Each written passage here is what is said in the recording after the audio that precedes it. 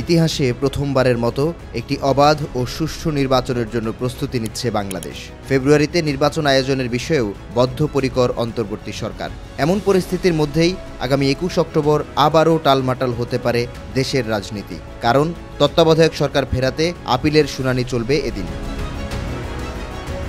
The daily রিপাবলিকের তথ্য বলছে, তত্ত্বাবধায়ক সরকার ফেরত আনার পক্ষে আদালত রায় দিলে পাল্টে যেতে পারে বাংলাদেশের রাজনীতির গতি প্রকৃতি। কারণ এক্ষেত্রে অন্তর্বর্তী সরকারকে বিলোপ করার সুযোগ পাবেন রাষ্ট্রপতি। প্রধান উপদেষ্টার মসনদ হারাতে পারেন ডক্টর মোহাম্মদ ইউনূস। এমনকি নির্বাচনে অংশগ্রহণের সুযোগ ফিরে পাবার পথ খুলতে পারে আওয়ামী লীগের সামনে।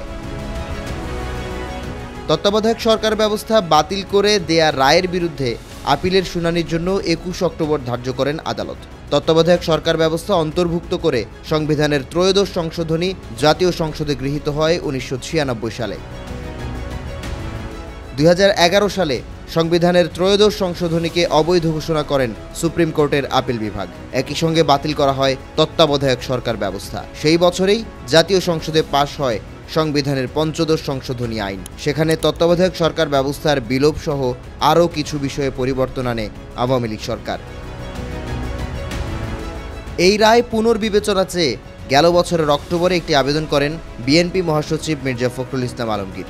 এর আগে রায় পুনর্বিবেচনা চেয়ে আবেদন করেন সুশাসনের জন্য নাগরিকের সম্পাদক বদিউল আলম মজুমদার সহ ৫ বিশিষ্ট ব্যক্তি এবং জামাতে ইসলামের সেক্রেটারি জেনারেল মিয়া গোলাম পরওয়ার। দেশের ইতিহাসে এ পর্যন্ত ৪টি জাতীয় সংসদ নির্বাচন অনুষ্ঠিত হয়েছে তত্ত্বাবধায়ক সরকারের অধীনে। দেশ বিদেশে গ্রহণযোগ্যতা পাওয়া সত্ত্বেও ২০০৯ সালে ক্ষমতা গ্রহণের ২ বছরের মাথায় কেয়ারটেকার সরকার ব্যবস্থা বাতিল করে আওয়ামী লীগ সরকার। পাশাপাশি সংশোধনী আনা হয় সংবিধানে।